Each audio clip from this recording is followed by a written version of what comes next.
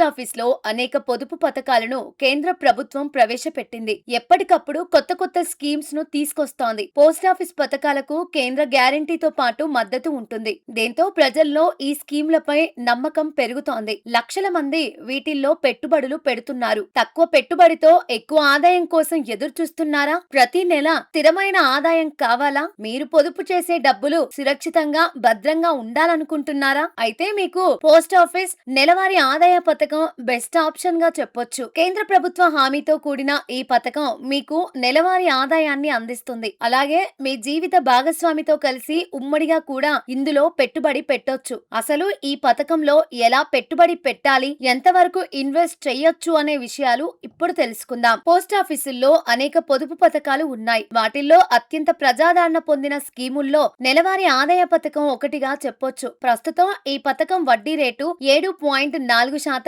ఉంది. 5 సంవత్సరాల వరకు ఇందులో పెట్టుబడి పెట్టాల్సి ఉంటుంది. ఆ తర్వాత మెచ్యూర్ అవుతుంది. 18 ఏళ్ల వయసు దాటిన వారు ఎవరైనా ఇందులో పెట్టుబడి పెట్టొచ్చు. 1000 నుంచి ఎంతైనా ఇందులో ఇన్వెస్ట్ చేయొచ్చు. వ్యక్తిగత అకౌంట్ లేదా ఉమ్మడి ఖాతాగా ఇందులో డబ్బులు పొదుపు చేయొచ్చు. ఒక ఉమ్మడి ఖాతాలో గరిష్టంగా 3 వయోజన ఖాతాదారులు ఉండొచ్చు. మెచ్యూరిటీ తర్వాత ఒకేసారి పెద్ద మొత్తంలో డబ్బు కావాలని కోరుకునే వారికి ఈ పథకం సరైనది కాదు. ప్రతి నెల ఆదాయం కావాలనుకునే వారికి ఇది మంచి పథకం. పెట్టుబడి పెట్టిన మరుసటి నెల నుండి వడ్డీ ప్రారంభమవుతుంది. ప్రతి నెల మీకు దీనిని చెల్లిస్తారు. మీరు మీ జీవిత భాగస్వామి ఒక జాయింట్ అకౌంట్ తెరిచి గరిష్టంగా 15 లక్షలు పెట్టుబడి పెట్టారు అనుకుందాం. ప్రస్తుతం ఈ పథకానికి కేంద్రం 7.4% వడ్డీ రేటు అందిస్తుంది. దీని ప్రకారం ప్రతి నెల 9,250 రూపాయలు పొందవచ్చు. రిటైర్మెంట్ వయసు తరువాత నెలవారీ ఆదాయం కావాలనుకునే వారికి ఇది బెస్ట్ స్కీమ్ గా చెప్పొచ్చు.